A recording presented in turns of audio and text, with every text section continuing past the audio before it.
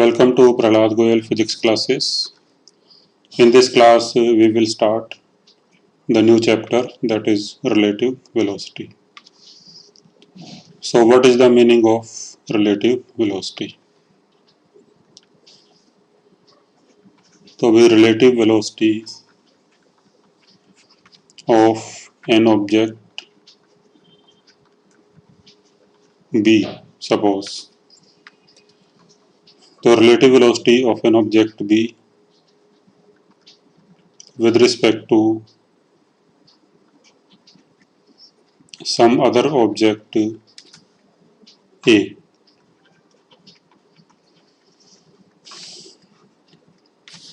तो भी मान लो कोई ऑब्जेक्ट बी है जो कि मोशन में है और कोई दूसरा ऑब्जेक्ट ए है वो भी मोशन में है. जैसे मान लो ये कोई ऑब्जेक्ट ए है which is moving with some velocity in some direction, और ये कोई ऑब्जेक्ट बी है which is also moving with some velocity in some direction. Then what is the meaning of relative velocity of object B with respect to object A? तो जो relative velocity है B की ए के respect में, उसका मतलब क्या होगा? तो इसका मतलब ये होगा कि अगर सपोज हम ऑब्जेक्ट ए पे बैठ के ऑब्जेक्ट बी की मोशन को ऑब्जर्व करें, तो फिर हमें जो बी की वेलोसिटी नज़र आएगी, तो that will be velocity of B with respect to A. So relative velocity of an object B with respect to some other object A is the velocity of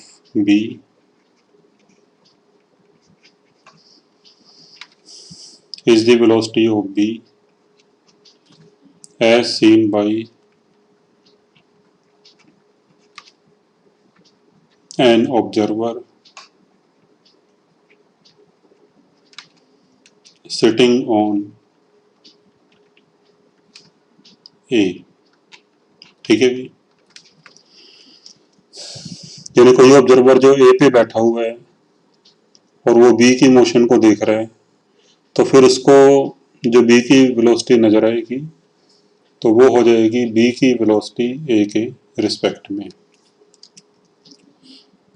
तो देखो, अगर हम ग्राउंड पे बैठ के देखें, मान लो ग्राउंड है, अगर हम ग्राउंड पे बैठ के देखें तो हमें बी की वेलोसिटी कुछ और नज़र आएगी, और ए पे बैठ के देखेंगे तो फिर हमें बी की वेलोसिटी कुछ और नज़र आएगी.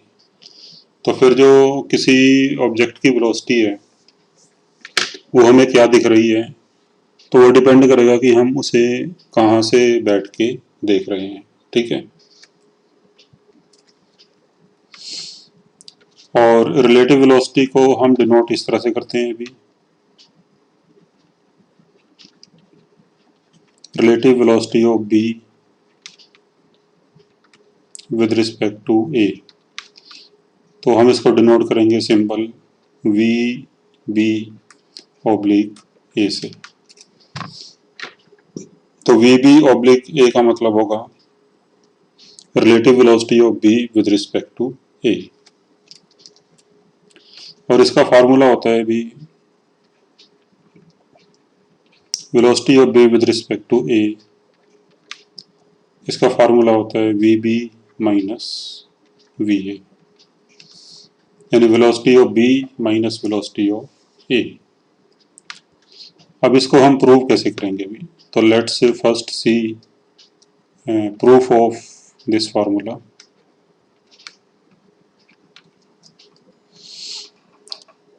तो मान लो भी किसी टाइम पे ऑब्जेक्ट ए, इसका पोजीशन वेक्टर है आर ए,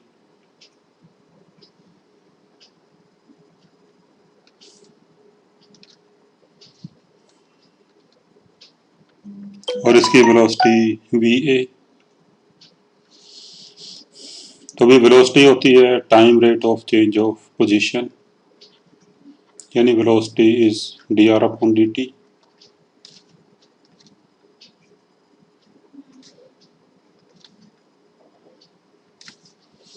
तो फिर किसी टाइम पे अगर ए का पोजीशन वेक्टर आ रही है तो फिर ए की वेलोसिटी हो जाएगी we A, and V A will be D are A upon D T. And suppose B का पोजीशन वेक्टर है आर बी,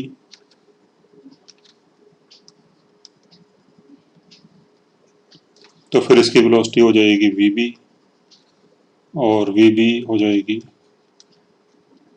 तो we B will be equal to D R B upon D t.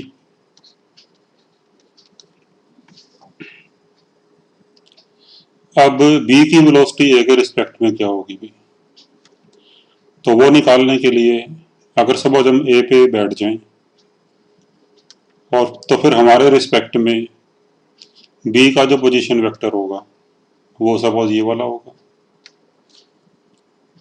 तो suppose we are sitting on A, हम यहाँ पे बैठे हैं ए पे, तो फिर हमारे रिस्पेक्ट में बी का पोजीशन वेक्टर ये हो जाएगा, that is R B A suppose,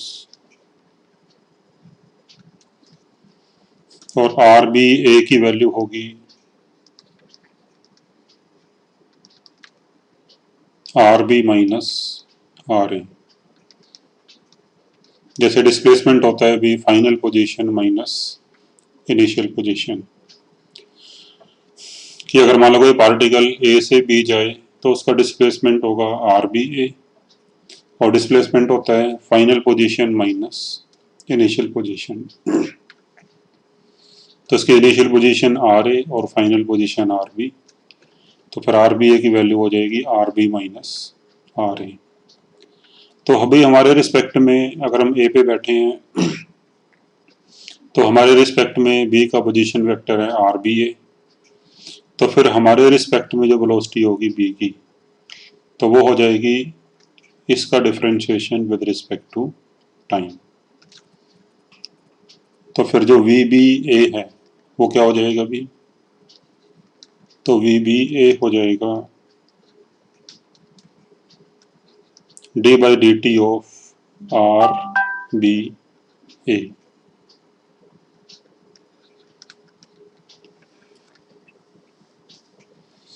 अब इस इक्वेशन को डिफरेंशिएट कर दो दोनों तरफ, डिफरेंशिएटिंग बोथ साइड्स, तो यहाँ से आएगा डी आर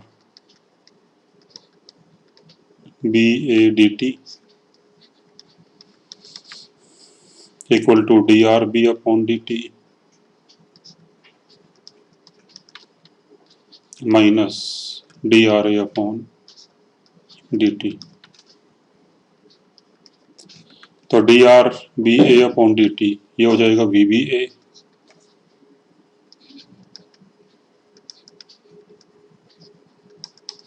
और d are B upon D t ये वी बी, और d are A upon D t ये वी ए। तो ये फार्मूला हो गया, तो ये प्रूफ हो गया इसका। तो we B A equal to v B minus we A. So this is formula for relative velocity. यानी अगर कोई ऑब्जर्वर ए पे बैठा हुआ है और उसने बी की वेलोसिटी निकालनी है अपने रिस्पेक्ट में, तो वो क्या करेगा, तो वो बी की वेलोसिटी में से अपनी खुद की वेलोसिटी को माइनस कर लेगा, और फिर जो रिजल्ट आएगा that will be velocity of B with respect to A. ठीक है भी, तो ये फार्मूला हो गया इसका। और ये फार्मूला हम एक्सेलरेशन में भी लगा सकते हैं, जैसे अगर सपोज इसको दोबारा डिफरेंशिएट कर दें, तो डिफरेंशिएटिंग अगेन, तो आएगा D by D T of V B ए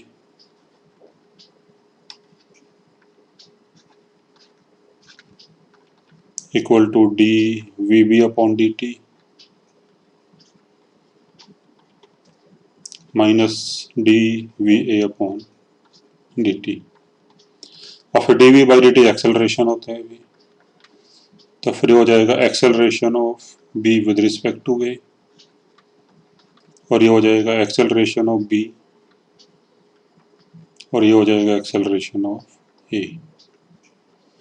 तो फिर ये सेम इक्वेशन आप एक्सेलरेशन में भी लगा सकते हो कि acceleration of B with respect to A is equal to acceleration of B minus acceleration of A. और ये सेम इक्वेशन डिस्प्लेसमेंट में भी लगा सकते हो भी।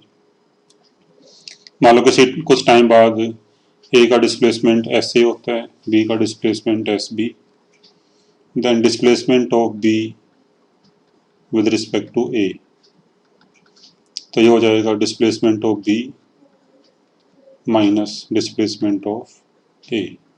ठीक है।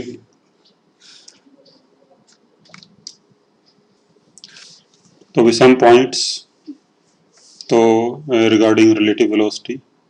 तो फर्स्ट पॉइंट है, जैसे भी हम मान लो अगर अर्थ पे बैठ के जो डिफरेंट स्टार्स या प्लैनेट्स हैं उनकी मोशन को स्टडी करें, तो फिर उनकी जो वेलोसिटी हम नोटिस करेंगे, तो that will be there relative velocity with respect to अर्थ।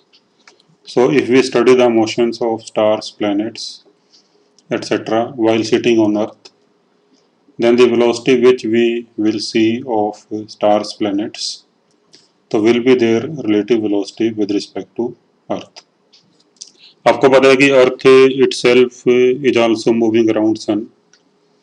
तो फिर जो भी हम वेलोसिटी नोटिस करेंगे स्टार्स या प्लैनेट्स की, वो अर्थ के रिस्पेक्ट में वेलोसिटी होगी उनकी, और उनकी जो एक्चुअल वेलोसिटी है स्टार्स या प्लैनेट्स की, वो फिर डिफरेंट हो सकती है व्हाट वी सी फ्रॉम अर्थ, तो उससे डिफरेंट हो सकती है। ठीक है भी। वैसे देखा जाए तो यूनिवर्स में कोई भी एब्सोल्यूट रेस्ट पे नहीं है, तो everything is moving around some other everything, means everything is moving with respect to some other everything.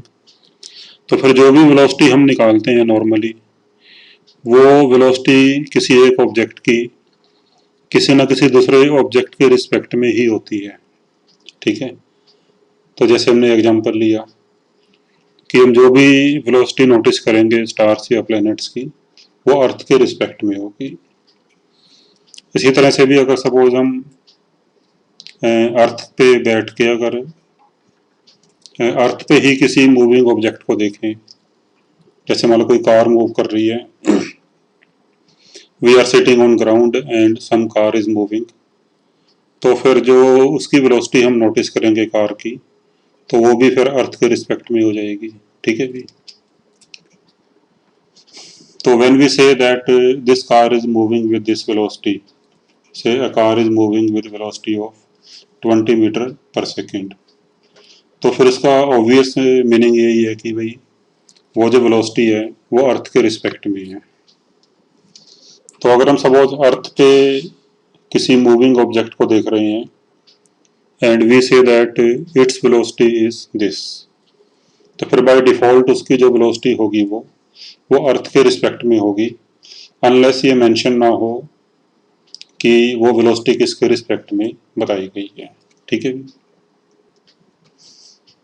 तो भी unless otherwise mentioned, the velocity of an object moving on earth will be taken as its velocity with respect to earth, with respect to earth। जैसे मान लो कोई car move कर रही है, तो उसकी वेलोसिटी मान लो 10 मीटर पर सेकंड है, तो फिर वो वेलोसिटी उसकी अर्थ के रिस्पेक्ट में होगी। हाँ, अगर हम उस कार को किसी दूसरी कार में बैठ के देख रहे हैं, तो दूसरी कार के रिस्पेक्ट में फर्स्ट कार की वेलोसिटी डिफरेंट हो सकती है, बट वो फिर मेंशन होना चाहिए कि वो उस कार की वेलोसिटी दूसरे कार के रिस्पेक्ट में है। ठीक है भी। जैसे मान लो कोई एक कार है जो 20 मीटर पर सेकंड से जा रही है, और दूसरी कार है ए जो 5 मीटर पर सेकंड से जा रही है। तो फिर कार बी की वेलोसिटी कार ए के रिस्पेक्ट में क्या होगी? तो velocity of B with respect to A, तो ये हो जाएगी V B minus we A, यानी 20 माइनस 15, सॉरी 20 माइनस 5, तो ये आ जाएगी 15 मीटर पर सेकेंड। मतलब कि अगर हम कार ए में बैठ के कार बी को देखेंगे तो हमें वेलोसिटी दिखेगी 15 मीटर पर सेकेंड, और अगर हम ग्राउंड पे बैठ के देखेंगे तो हमें कार बी की वेलोसिटी दिखेगी 20 मीटर पर सेकेंड। तो अगर सपोज क्वेश्चन में ऐसे लिखा है कि velocity of car B is 20 metre पर सेकेंड, तो फिर ये कार बी की वेलोसिटी ये अर्थ के रिस्पेक्ट में मानी जाएगी। अगर मेंशन नहीं है कि ये 20 मीटर पर सेकेंड किसके रिस्पेक्ट में है, तो फिर ये विद रिस्पेक्ट टू अर्थ मानी जाएगी। हाँ, अगर सपोज ए के रिस्पेक्ट में आपने बतानी है, if you want to mention कि भाई कार बी की वेलोसिटी ए के रिस्पेक्ट में कितनी है, तो फिर इसको आप ऐसे लिखोगे कि velocity of car B with respect to car A is 15 metre पर सेकेंड। तो फिर आपको ये सेकंड ऑब्जेक्ट मेंशन करना होगा कि भाई वेलोसिटी आप किसके रिस्पेक्ट में बता रहे हो। अगर आप सेकंड ऑब्जेक्ट मेंशन नहीं करते हो तो फिर वो वेलोसिटी उसकी अर्थ के रिस्पेक्ट में ही मानी जाएगी। ठीक है भी। सो if I say velocity of car B is 20, तो फिर वो उसकी अर्थ के रिस्पेक्ट में होगी। If I say velocity of car A is 5, तो वो भी उसकी अर्थ के रिस्पेक्ट में होगी। ठीक है भी। इसके बाद भी अगर हम कुछ एग्जांपल लें रिलेटिव वेलोसिटी के डेली लाइफ में, some examples of relative velocity in daily life। जैसे मान लो जब कोई एक कार दूसरी कार को ओवरटेक करती है, तो ओवरटेक करते समय जो कैलकुलेशन होती है ड्राइवर के दिमाग में, वो रिलेटिव वेलोसिटी की कैलकुलेशन होती है कि मान लो जो ड्राइवर ओवरटेक करना चाहता है तो वो अपने आगे वाली कार के रिस्पेक्ट में अपनी वेलोसिटी देखता है कि भाई मैं इस कार को ओवरटेक कर पाऊंगा या नहीं। मान लो उसकी खुद की वेलोसिटी तो काफ़ी ज़्यादा है, बट जो आगे वाली कार है उसकी वेलोसिटी भी काफ़ी ज़्यादा है, तो फिर वो उसे ओवरटेक करने में दिक्कत होगी। तो जब जब उसको लगेगा, ड्राइवर को लगेगा कि भाई आगे वाली कार के रिस्पेक्ट में मेरी वेलोसिटी थोड़ी ज़्यादा है और मैं सेफली ओवरटेक कर सकता हूँ, तो तभी वो ओवरटेक करेगा उसको। ठीक है।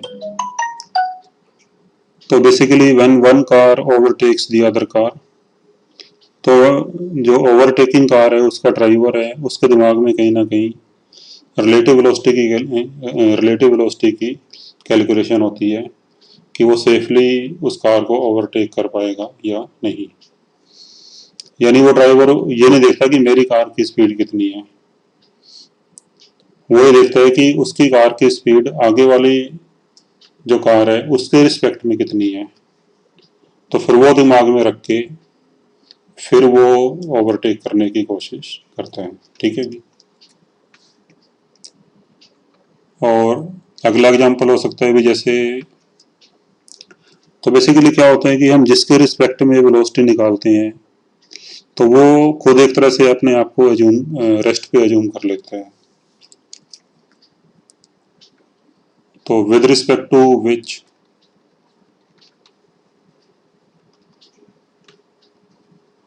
We find relative velocity so that himself assumes to be at rest।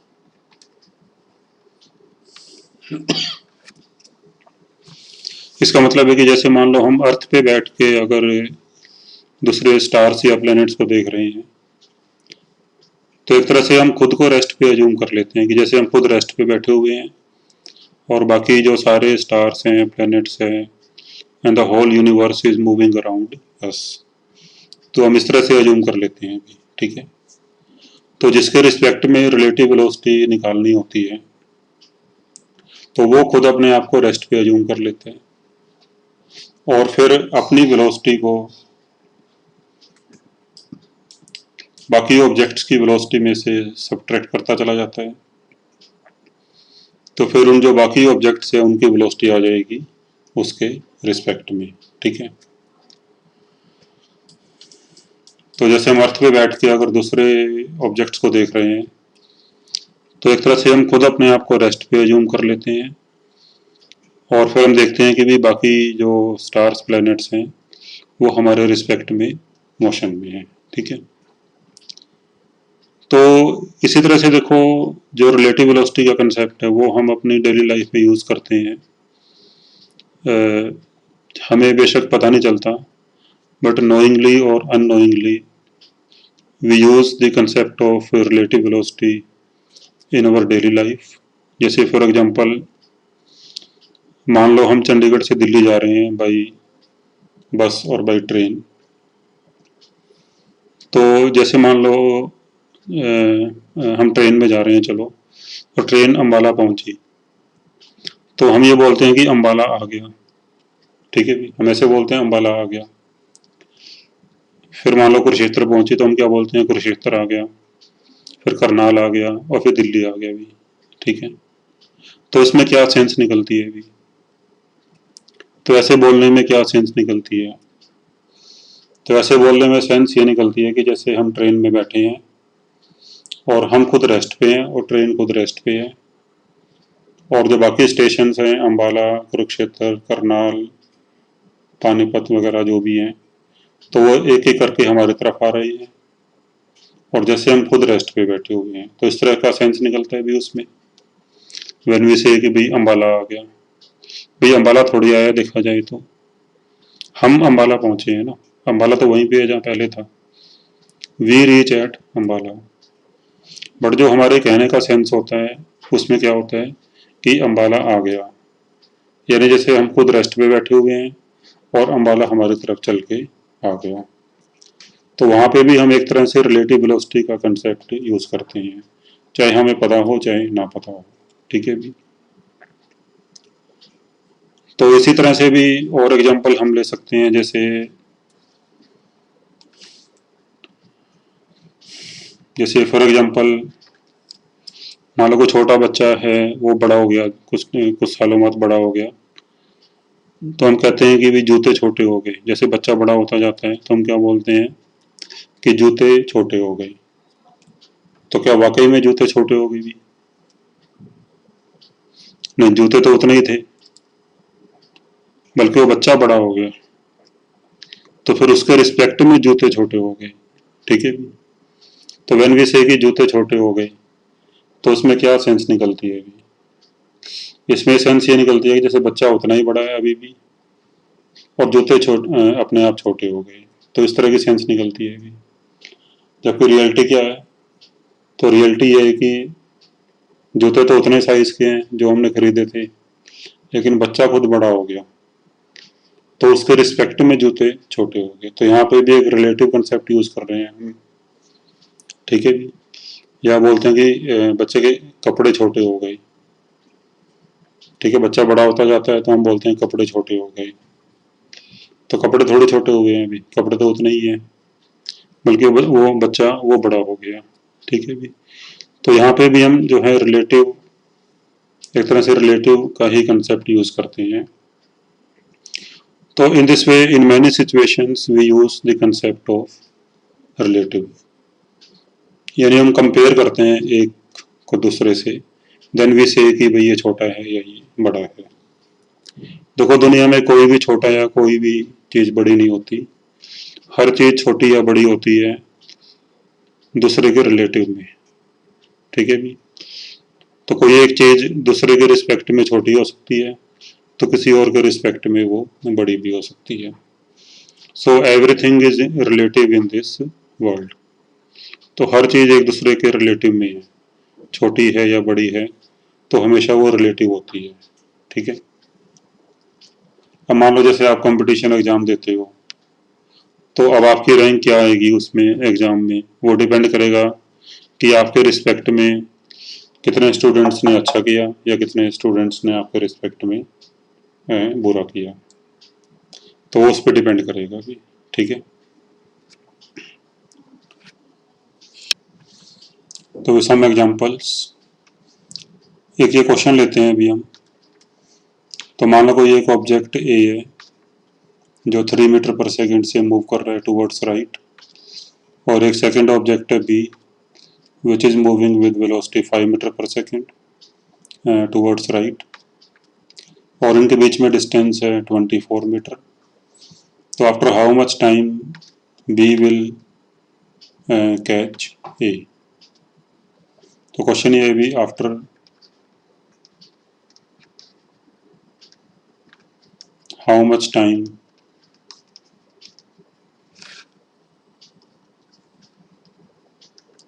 B will catch A।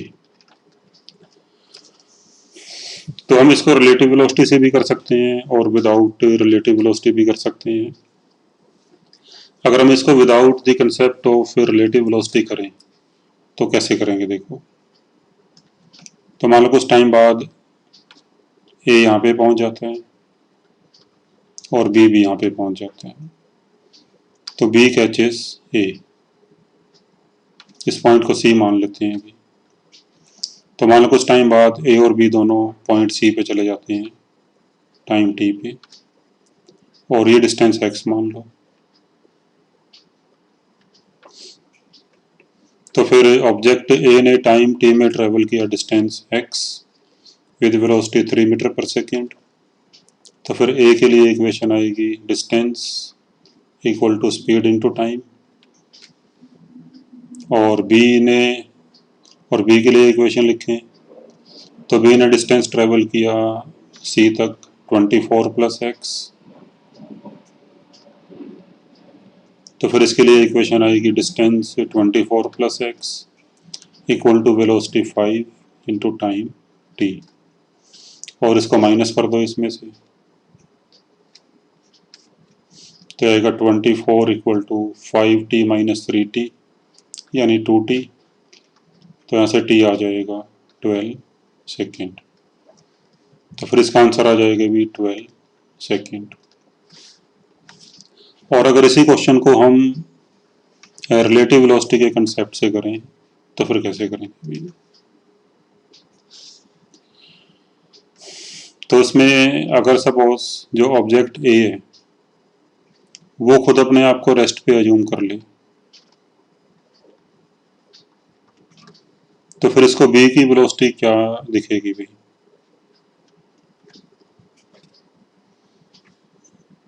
तो what is velocity of B with respect to A. तो velocity of B with respect to A होगी velocity of B minus velocity of A. तो B की velocity 5 है और ए की 3 है, तो फिर आ जाएगा 2 मीटर पर सेकेंड। यानी अगर ए अपने आप को रेस्ट पे अज्यूम कर ले तो वो क्या दिखेगा कि बी उसकी तरफ आ रहा है with how much velocity 2 metre पर सेकेंड, और फिर बी को अगर ए से मिलना है तो फिर इसको बी के रिस्पेक्ट में डिस्टेंस ट्रेवल करना पड़ेगा 24 मीटर। देखो अगर यहां से देखा जाए तो डिस्प्लेसमेंट ऑफ ए है एक्स, डिस्प्लेसमेंट ऑफ ए कितना है भी एक्स, डिस्प्लेसमेंट ऑफ बी कितना है, तो डिस्प्लेसमेंट ऑफ बी है 24 plus X. Then what is displacement of B with respect to A, तो हो जाएगा एस बी माइनस एस ए,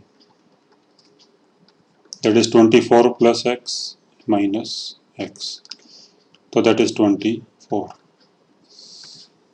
यानी अगर बी ने ए को कैच करना है तो फिर बी को ए के रिस्पेक्ट में 24 मीटर ज़्यादा ट्रैवल करना पड़ेगा सेम टाइम में। So displacement of S with displacement of B with respect to A वो हो जाएगा 24 metre, and velocity of B with respect to A ये हो जाएगी 2 मीटर पर सेकेंड। तो फिर टाइम कितना आ जाएगा भी? तो टाइम आ जाएगा relative displacement upon relative velocity. तो फिर आ जाएगा 24/2 यानी 12 सेकेंड। तो जो आंसर हमने पहले निकाला था तो वही आंसर यहाँ से भी आ गया। ठीक है भी। तो इस तरह से हम रिलेटिव वेलोसिटी से भी क्वेश्चंस को सॉल्व कर सकते हैं। तो इसमें हम क्या करते हैं कि हम एक ऑब्जेक्ट को रेस्ट पे मान लेते हैं और फिर देखते हैं कि दूसरे ऑब्जेक्ट की वेलोसिटी क्या है उसके रिस्पेक्ट में, और दूसरे ऑब्जेक्ट ने कितना डिस्प्लेसमेंट ट्रेवल किया उसके रिस्पेक्ट में। तो फिर जो भी इक्वेशंस हमने पहले करी हुई हैं, displacement equal to velocity into time, तो वो सारी हम रिलेटिव में भी लगा सकते हैं।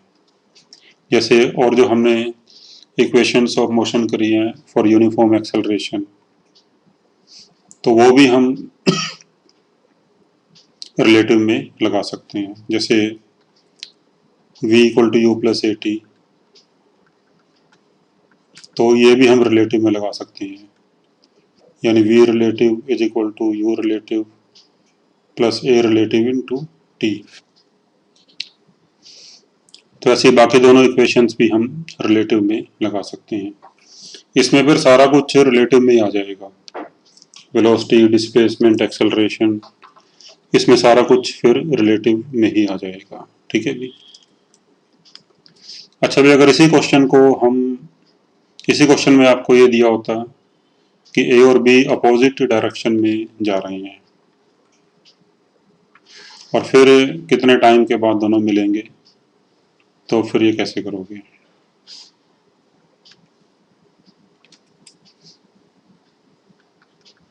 तो again you are given two objects, इसकी वेलोसिटी है 5,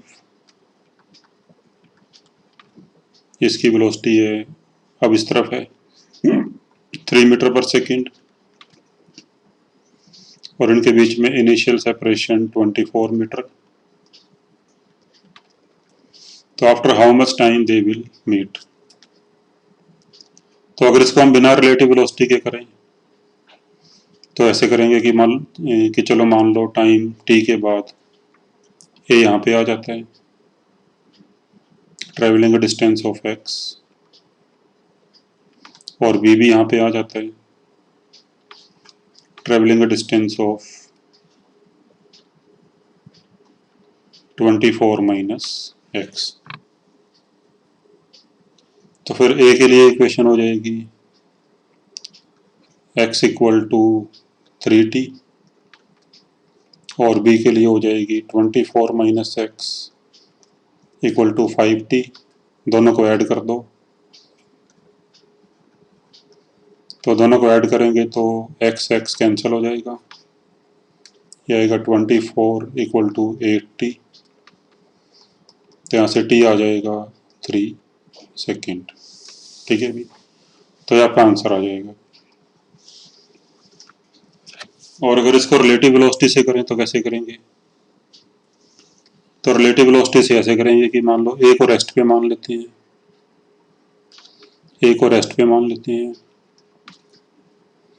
तो फिर बी की वेलोसिटी क्या होगी ए के रिस्पेक्ट में? तो ये होगी v B minus we A. तो वी बी यहाँ पे 5 है और वी ए अब ले लोगे -3 क्योंकि अपोजिट डायरेक्शन में है, तो वी ए की वैल्यू -3। तो फिर ये रिलेटिव वेलोसिटी हो जाएगी 8।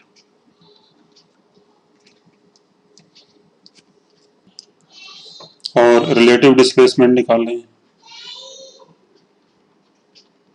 तो आएगा S B minus S A. तो एस बी अब यहाँ पे 24 minus X minus S A, और S A is minus X, क्योंकि अब ये डिस्प्लेसमेंट इसका टूवर्ड्स लेफ्ट है ए का, तो इसका डिस्प्लेसमेंट हो जाएगा -x, तो फिर ये 24 आ जाएगा, ये कैंसिल हो जाएगा। तो फिर रिलेटिव डिस्प्लेसमेंट 24 हो गया और relative velocity 8। Then what is time taken, तो टाइम टेकन हो जाएगा relative displacement upon relative velocity, so that is 3 second. तो ये सेम आंसर आ जाएगा। तो देखो इसमें भी वही चीज़ है कि अगर ए अपने आप को रेस्ट पे अज्यूम कर ले तो फिर बी को ए से मिलने के लिए तो बी के रिस्पेक्ट में उसे 24 मीटर चलना पड़ेगा।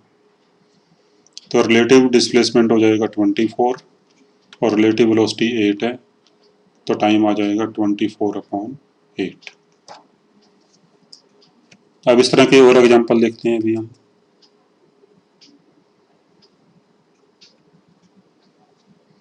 जैसे मान लो कोई एक ट्रेन जा रही है किसी डायरेक्शन में, ठीक है, मान लो कोई ट्रेन है कि से इसकी लेंथ है 150 मीटर और ये इस तरफ जा रही है विद वेलोसिटी 10 मीटर पर सेकेंड। ये ट्रेन का फ्रंट है और ये बैक है। And suppose a bird flying in the same direction as of train starts over crossing the train। तो मान लो कोई बर्ड है यहाँ पे जो ट्रेन के डायरेक्शन में ही जा रहा है और मान लो बर्ड की वेलोसिटी है 15 मीटर पर सेकेंड, यानी ट्रेन से ज़्यादा है सपोज बर्ड की वेलोसिटी। और ये बर्ड जो है ट्रेन को क्रॉस करना स्टार्ट करता है, तो in what time the bird will be able to cross the train. तो क्वेश्चन ये है भी, इन व्हाट टाइम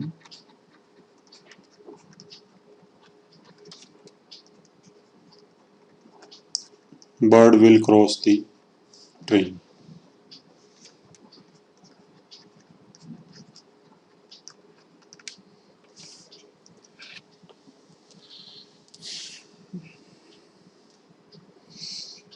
तो एक अगर इसको हम बिना रिलेटिव वेलोसिटी करें तो मान लो कुछ टाइम बाद ट्रेन यहाँ पे आ जाती है। तो देखो वो ट्रेन को क्रॉस कब कर लेगा, जब बर्ड ट्रेन के फ्रंट पे आ जाएगा, then it will completely cross the train. तो मान लो कुछ टाइम बाद ट्रेन यहाँ पे आ जाती है, travelling a distance of x,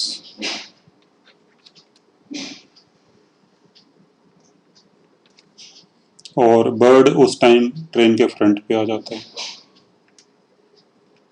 bird यहाँ पे आ जाता है मान लो। तो कुछ टाइम t बाद जो बर्ड है वो ट्रेन के फ्रंट पे आ जाता है, बट उतने टाइम में ट्रेन भी कुछ डिस्टेंस आगे मूव करेगी and that is suppose x। तो फिर बर्ड ने कितना मूव करा अभी, तो बर्ड ने डिस्टेंस मूव किया l प्लस एक्स, तो फिर बर्ड का डिस्प्लेसमेंट हो जाएगा l प्लस एक्स। और फिर दोनों की इक्वेशन लिखें, तो ट्रेन की इक्वेशन आएगी x equal to displacement x equal to v1t, और बर्ड की इक्वेशन आएगी डिस्प्लेसमेंट l प्लस एक्स, इसको v2 मान लेते हैं, इक्वल टू v2t, और फिर अगर 2 माइनस 1 कर दें तो यहाँ से आएगा l equal to v2 minus v1 into t, तो यहाँ से टाइम आ जाएगा l upon v2 minus v1, यानी 150 अपॉन 15 माइनस 10, तो ये आ जाएगा 30 सेकेंड। और अगर इसी क्वेश्चन को हम रिलेटिव वेलोसिटी से करें भी, तो रिलेटिव वेलोसिटी में हम क्या करेंगे, अगर ट्रेन अपने आप को रेस्ट पे अज्यूम कर ले, मान लो ट्रेन अपने आप को रेस्ट पे अज्यूम कर ले, और फिर ट्रेन के रिस्पेक्ट में ये निकाल लें कि बर्ड की वेलोसिटी कितनी है और बर्ड का डिस्प्लेसमेंट कितना है। तो फिर ट्रेन के रिस्पेक्ट में बर्ड की वेलोसिटी आएगी, तो velocity of bird with respect to train, तो आएगी velocity of bird minus velocity of train, तो आएगी 15 माइनस 10 यानी 5 आ जाएगी। और बर्ड के रिस्पेक्ट में ट्रेन का जो डिस्प्लेसमेंट होगा, यानी अब ट्रेन रेस्ट पे है, तो फिर अगर बर्ड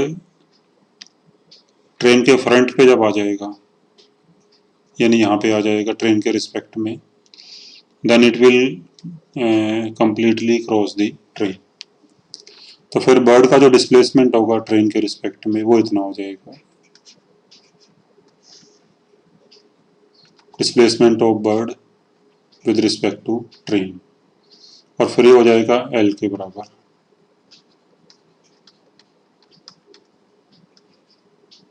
यानी 150। तो फिर टाइम कितना लग जाएगा अभी, displacement of bird with respect to train upon velocity of bird with respect to train, यानी 150 अपॉन 5, तो आ जाएगा 30 सेकेंड। ठीक है जी। और सिमिलरली अगर बर्ड अपोजिट डायरेक्शन में जा रहा होता अभी ट्रेन से,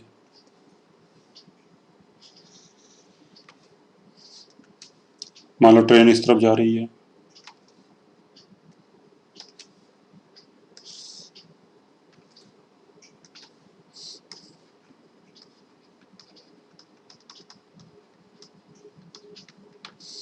और मान लो बर्ड इस तरफ जा रहा होता है अभी,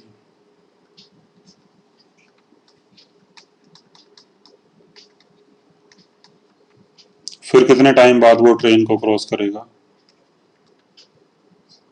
तो again you can do it without relative velocity and with relative velocity. तो विदाउट रिलेटिव वेलोसिटी आपको ट्राई करना है इसको, और विद रिलेटिव वेलोसिटी करें तो अब जो बर्ड की वेलोसिटी है ट्रेन के रिस्पेक्ट में,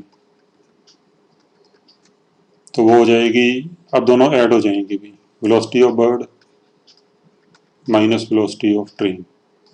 तो velocity of bird -15, velocity of train 10, तो माइनस इसलिए क्योंकि ये लेफ्ट की तरफ है, तो फिर -25, और डिस्प्लेसमेंट तो वही होगा भी L 150,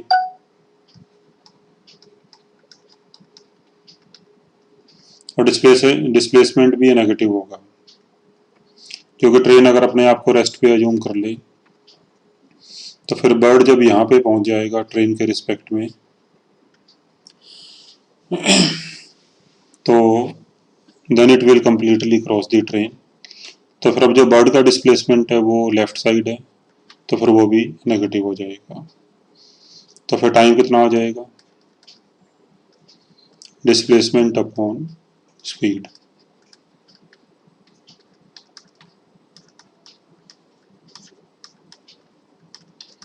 तो आ जाएगा अभी 6 सेकेंड। ठीक है। अब ये नेक्स्ट एग्जांपल है अभी दो ट्रेन्स का। मान लो कि ट्रेन ए है लेंथ L1 की, जो इस तरफ जा रही है स्पीड V1 से राइट की तरफ, और एक second train B length L2 की, वो इसके पैरेलल ट्रैक पे जा रही है स्पीड V2 से, and suppose V2 is greater than V1। तो in what time train B will cross train A. ठीक है, इन व्हाट टाइम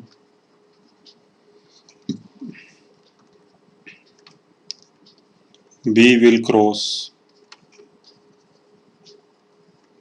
ए। तो ट्रेन बी ए को कितने टाइम के बाद क्रॉस कर लेगी।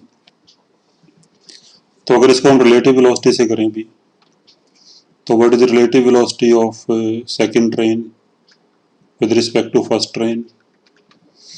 तो ये होगी v B minus we A, यानी V2 माइनस V1। तो एक तरह से अगर ट्रेन ए अपने आप को रेस्ट पे एज्यूम कर ले, तो फिर ट्रेन बी की वेलोसिटी ए के रिस्पेक्ट में हो जाएगी V2 माइनस V1। अब ए तो रेस्ट पे आ गई है, तो फिर बी इसको ओवरटेक कब करेगी पूरी तरह से, जब बी का जो बैक है वो ए के फ्रंट पे आ जाएगा। यानी जब जो ट्रेन बी है वो ए के रिस्पेक्ट में कुछ ऐसे हो जाएगी, यानी यहाँ पे आ जाएगी कि ट्रेन बी का जो बैक है वो ट्रेन ए के फ्रंट के सामने आ जाएगा, then crossing will be complete. और ऐसा करने के लिए जो सेकंड ट्रेन है इसको टोटल डिस्प्लेसमेंट चलना पड़ेगा इतना ए के रिस्पेक्ट में, और ये डिस्प्लेसमेंट होगा दोनों ट्रेन्स की लेंथ का सम, यानी L1 प्लस L2। तो फिर जो रिलेटिव डिस्प्लेसमेंट है बी का ए के रिस्पेक्ट में, तो वो हो जाएगा L1 प्लस L2, यानी दोनों ट्रेन्स की लेंथ का सम। और फिर जो टाइम लग जाएगा वो लगेगा relative displacement upon relative velocity, यानी L1 plus L2 upon V2 minus V1। ठीक है भी, तो फिर इसका ये आंसर आ जाएगा भी। और अगर ट्रेन अपोजिट डायरेक्शन में जा रही होती तो फिर relative velocity V2 plus V1 हो जाएगी, और फिर टाइम आ जाएगा L1 plus L2 upon V2 plus V1। ठीक है भी, तो रिलेटिव डिस्प्लेसमेंट तो वही रहेगा, L1 प्लस L2 ही रहेगा। अगर एक ट्रेन ने दूसरे को क्रॉस करना है तो फिर एक ट्रेन के रिस्पेक्ट में दूसरे का जो डिस्प्लेसमेंट होगा वो तो दोनों ट्रेन की लेंथ का सम ही होगा, चाहे ट्रेन सेम डायरेक्शन में जा रही हो या ट्रेन से अपोजिट डायरेक्शन में जा रही हो। तो रिलेटिव डिस्प्लेसमेंट तो L1 प्लस L2 ही होगा, बट रिलेटिव वेलोसिटी एक केस में V2 माइनस V1 हो जाएगी जब ट्रेन दोनों सेम डायरेक्शन में जा रही हैं, और दूसरे केस में V2 प्लस V1 हो जाएगी जब ट्रेन से अपोजिट डायरेक्शन में जा रही है। ठीक है,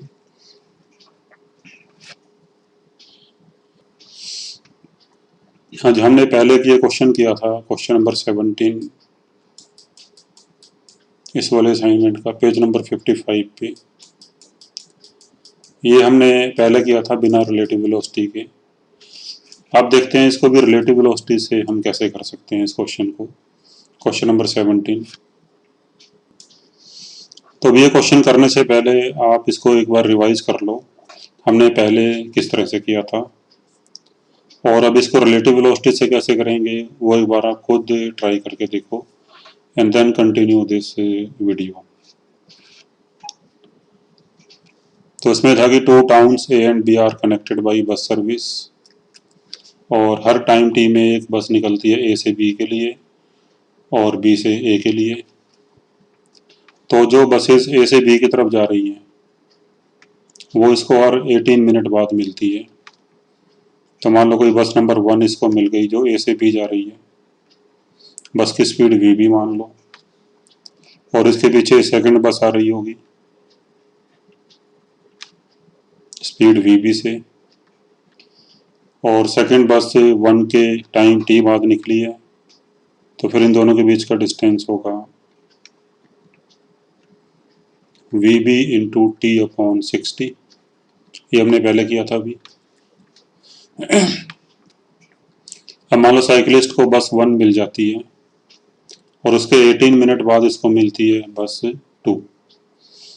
तो अगर इसको हम रिलेटिव वेलोसिटी से करें तो यानी अगर साइकिलिस्ट अपने आप को रेस्ट पे अज्यूम कर ले, अब बस 1 तो इसको मिल गई, बस 1 मिल के आगे चली गई, अब बस 2 की बात करेंगे।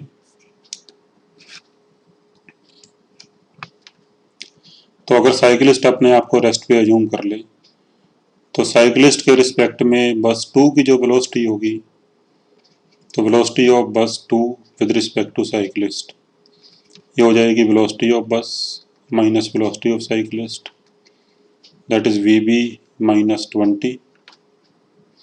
और अगर बस 2 ने साइकिलिस्ट को मिलना है तो फिर बस 2 को साइकिलिस्ट के रिस्पेक्ट में इतना डिस्प्लेसमेंट ट्रेवल करना पड़ेगा। तो डिस्प्लेसमेंट ऑफ बस 2 विद रिस्पेक्ट टू साइकिलिस्ट ये हो जाएगा वी बी टी अपॉन 60। तो फिर displacement equal to velocity into time. तो डिस्प्लेसमेंट है वी बी टी अपॉन 60, यानी relative displacement is equal to relative velocity into time 18 minute, यानी 18 अपॉन 60। तो फिर ये फर्स्ट इक्वेशन आ गई भी। तो सेम इक्वेशन हमने वहां भी निकाली थी फर्स्ट केस के लिए।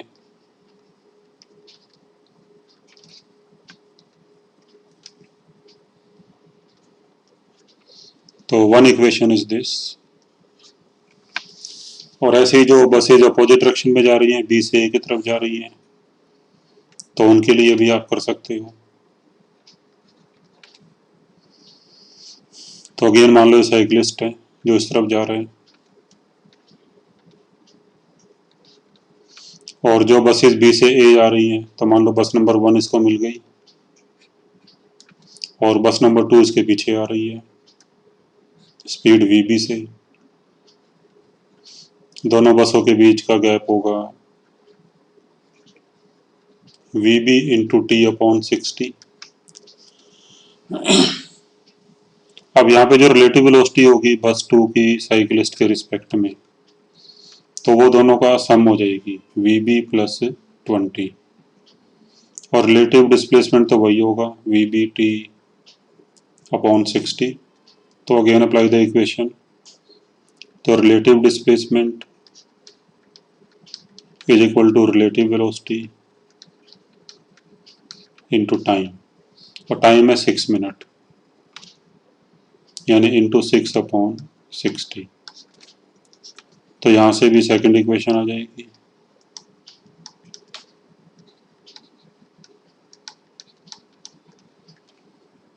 और फिर इन दोनों इक्वेशंस को सॉल्व करके आपके ये आंसर आ जाएंगे। ठीक है, तो इस तरह से इस क्वेश्चन को हम रिलेटिव वेलोसिटी से भी कर सकते हैं। और ऐसे ही क्वेश्चन नंबर 18 में भी आप रिलेटिव वेलोसिटी से कर सकते हो, तो इसको अपने आप ट्राई कर लेना।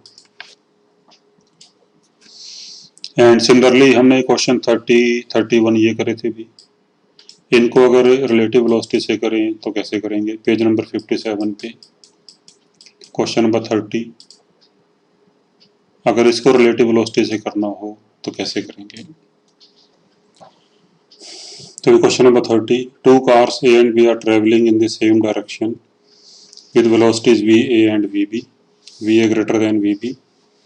When car A is at a distance D behind the car B, the driver of car A applies brakes, producing a uniform retardation F. तो A में रिटार्डेशन F आनी शुरू हो गई, तो एक्सेलरेशन पीछे की तरफ हो जाएगी। And B is moving with constant speed VB. तो there is no collision. तो हमने बताना कि किस ऑप्शन मतलब कौन सी कंडीशन सेटिस्फाई हो जाए तो फिर कोलिजन नहीं होगा।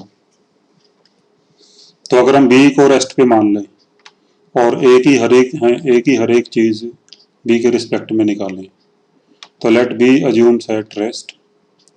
तो फिर शुरू में जो ए की वेलोसिटी है बी के रिस्पेक्ट में, तो वो हो जाएगी we A minus v B. And acceleration of A with respect to B, acceleration of A minus acceleration of B. Acceleration of A f है, पीछे की तरफ है तो माइनस एफ, और एक्सेलरेशन बी 0 है तो कितना आ गया माइनस एफ। तो यानी बी अपने आप को रेस्ट पे अज्यूम कर रहा है और वो देख रहे हैं कि ए इसकी तरफ आ रहा है with initial velocity v A minus v B and retardation minus f. और मान लो अगर ए कहीं यहाँ पे रुक जाता है बी के रिस्पेक्ट में, यानी फाइनल वेलोसिटी उसकी 0 हो जाती है।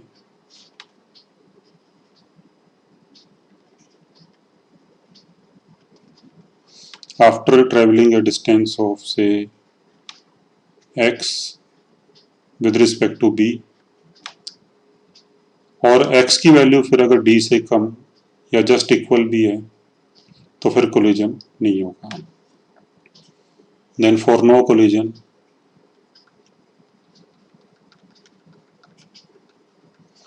x should be less than d। मतलब कि अगर b से थोड़ा पहले रुक जाता है, अगर a b के रिस्पेक्ट में थोड़ा पहले ही रुक जाता है तो फिर कोलिजन नहीं होगा। ठीक है भी। तो फिर हम यहाँ से x की वैल्यू निकाल लेते हैं। तो apply this equation v square minus u square equal to 2as, इसको रिलेटिव में लगा दो तो v रिलेटिव 0 होगी final, u relative va minus vb, a relative minus f और s रिलेटिव x। तो यहाँ से x की वैल्यू आ जाएगी va माइनस vb का होल स्क्वायर अपॉन 2f, और फिर x की वैल्यू यहाँ पुट कर दोगे, ये माइनस माइनस तो कैंसिल हो गया अभी, तो फिर यहाँ से आपका ये आंसर आ जाएगा, ए आंसर आ जाएगा अभी। तो d greater than equal to में होने में यह कि जस्ट कोलिजन हो जाएगा, तो फिर be on the safe side, तो d greater then va minus vb square upon 2f, तो इसका भी ए आंसर आ जाएगा। ठीक है। तो इसी तरह से आप क्वेश्चन नंबर 31 भी कर सकते हो, इसको भी आप ट्राई कर लेना भी। ठीक है।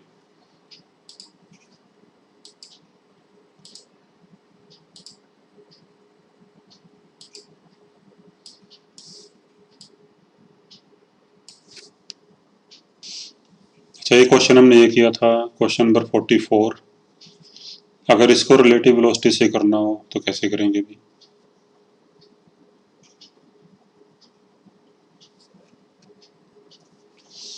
तो अभी क्वेश्चन ये था कि an elevator is moving upwards with a speed of 10 meter per second. A man standing in the elevator drops a coin from a height of 2.5 meter. The coin reaches the floor of the elevator after what time? तो मान लो अगर हम elevator के respect में करें हर एक चीज with respect to elevator,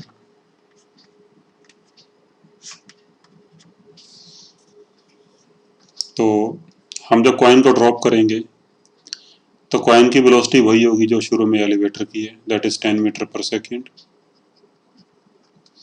अब एलिवेटर की वेलोसिटी भी 10 है ऊपर की तरफ और कॉइन की भी 10 है ऊपर की तरफ।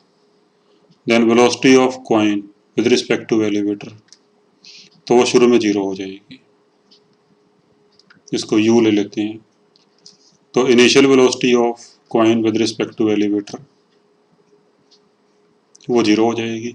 यानी कोई पर्सन अगर एलिवेटर में ही बैठा हुआ है तो उस वो क्या देखेगा कि हमने कॉइन को छोड़ दिया, तो उसके रिस्पेक्ट में कॉइन की इनिशियल वेलोसिटी 0 होगी।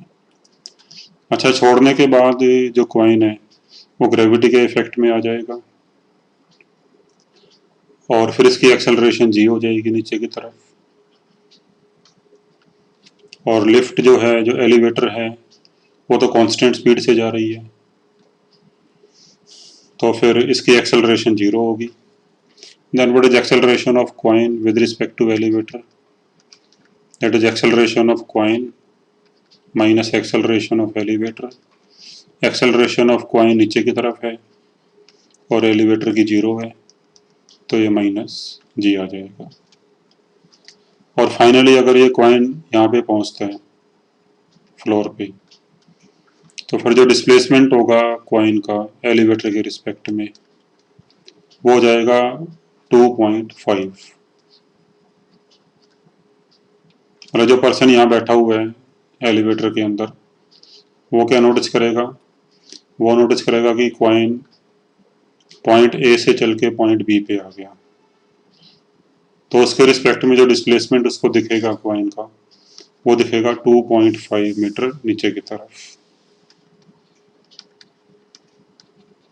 तो नेगेटिव हो जाएगा। और अभी इक्वेशन लगा दो भी, s equal to u t plus half a t square, इसको लगा दो रिलेटिव में। तो हर एक चीज़ यहाँ पे रिलेटिव है कॉइन की एलिवेटर के रिस्पेक्ट में। तो displacement of coin with respect to elevator -2.5, u relative 0, a relative -g,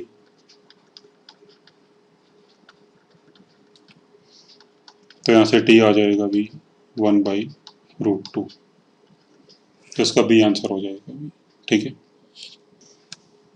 एक क्वेश्चन हमने पहले ये भी किया था अभी पेज नंबर 67 पे, ये बिल्डिंग वाला क्वेश्चन कि दोनों बॉल्स कहाँ पे मिलती हैं, इसको भी हम रिलेटिव वेलोसिटी से कर सकते हैं। जैसे अगर हम बी को रेस्ट पे मान लें और फिर ए की हर एक चीज़ निकाल लें बी के रिस्पेक्ट में,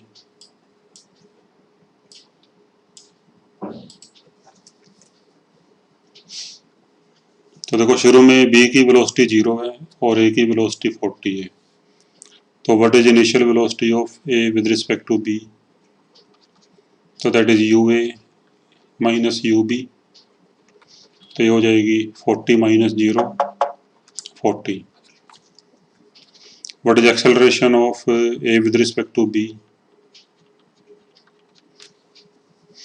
देखो इनको फेंकने के बाद दोनों ग्रेविटी के इफेक्ट में आ जाएंगे, तो एक्सेलरेशन बी की भी नीचे की तरफ जी होगी और एक्सेलरेशन ए की भी नीचे की तरफ जी होगी, तो फिर जो रिलेटिव एक्सेलरेशन है वो 0 हो जाएगी भी,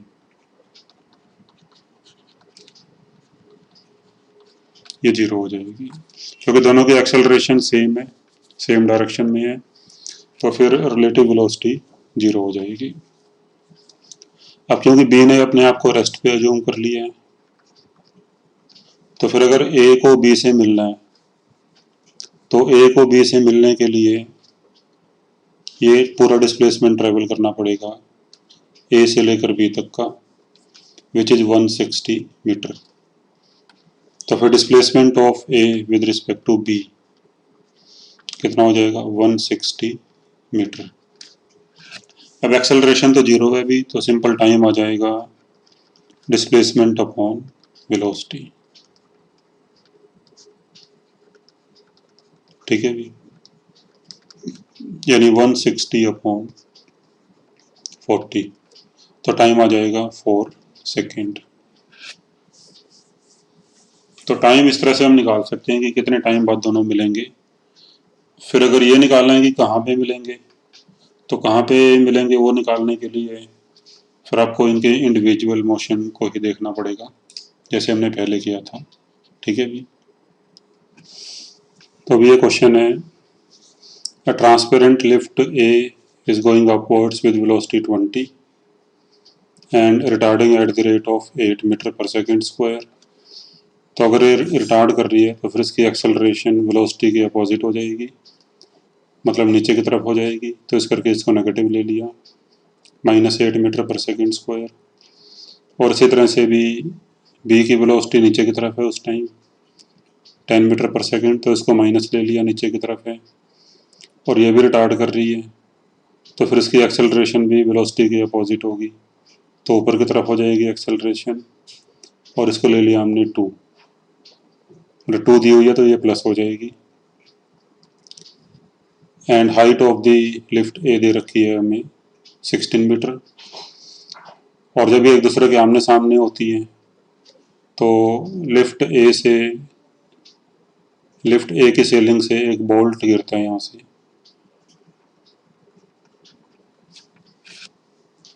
तो एक बोल्ट यहाँ से गिरना शुरू करते हैं।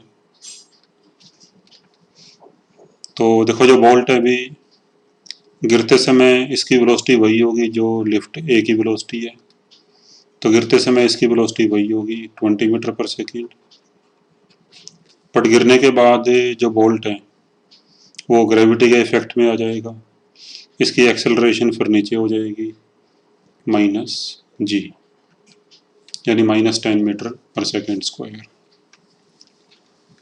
अब देखो इस क्वेश्चन को हम रिलेटिव से करेंगे, everything we will do with relative. एक बार आप खुद ट्राई करो इसको आगे कंटिन्यू करने से पहले, and then see this video further. तो find the time taken by bolt to hit the floor A. तो देखो अब बोल्ट की मोशन अगर हम ए के रिस्पेक्ट में लें, तो ए के रिस्पेक्ट में देखो शुरू में दोनों की वेलोसिटी सेम है, बोल्ट की भी 20 है, लिफ्ट की भी 20 है, तो फिर यू रिलेटिव 0 हो जाएगा। और गिराने के बाद एक्सेलरेशन बोल्ट की नीचे की तरफ -10 है और लिफ्ट की -8 है, तो फिर acceleration of bolt with respect to lift ये हो जाएगी acceleration of bolt minus acceleration of lift, तो ये -2 आ जाएगी।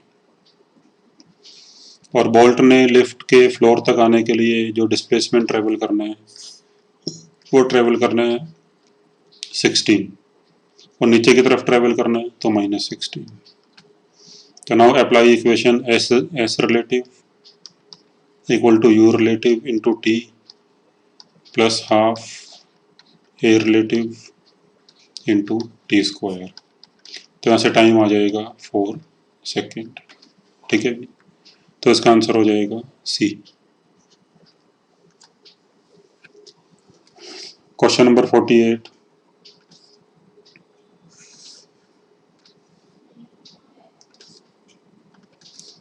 तो what is velocity of bolt relative to lift B.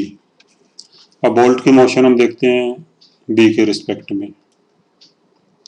तो शुरू में जो रिलेटिव वेलोसिटी होगी बोल्ट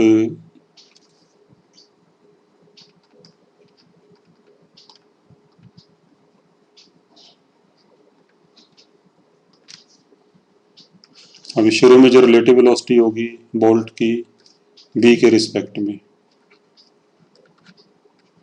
तो bolt with respect to lift B. तो शुरू में बोल्ट की वेलोसिटी 20 है और लिफ्ट की नीचे की तरफ -10 है, तो फिर यू रिलेटिव हो जाएगी velocity of bolt minus velocity of lift B, तो 30 आ जाएगी। और एक्सेलरेशन जो होगी बोल्ट की with respect to lift B, तो acceleration of bolt minus acceleration of lift, तो -12।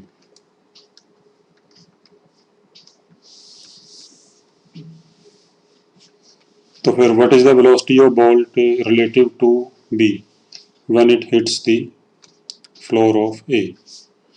तो फिर वो टाइम हो जाएगा 4 सेकेंड, क्योंकि 4 सेकेंड बाद हिट करेगी, तो टाइम आ जाएगा 4 सेकेंड। और फिर रिलेटिव वेलोसिटी बतानी है बोल्ट की बी के रिस्पेक्ट में 4 सेकेंड के बाद, तो वो हो जाएगी V relative equal to you relative plus A relative into T. यहाँ पर जो भी रिलेटिव हमने निकाली है ये सारी बोल्ट की हैं पी के रिस्पेक्ट में, तो वी रिलेटिव निकालना है यू रिलेटिव 30 और A relative -12 into T 4 second, आ जाएगा -18 मीटर/सेकेंड। ठीक है,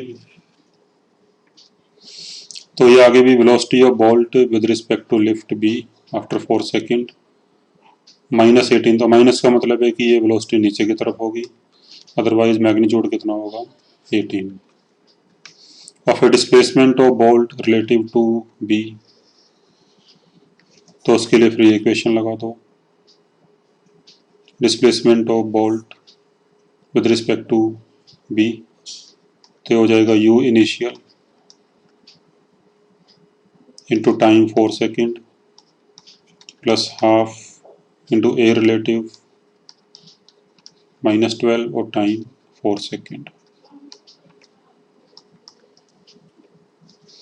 जाएगा 120 माइनस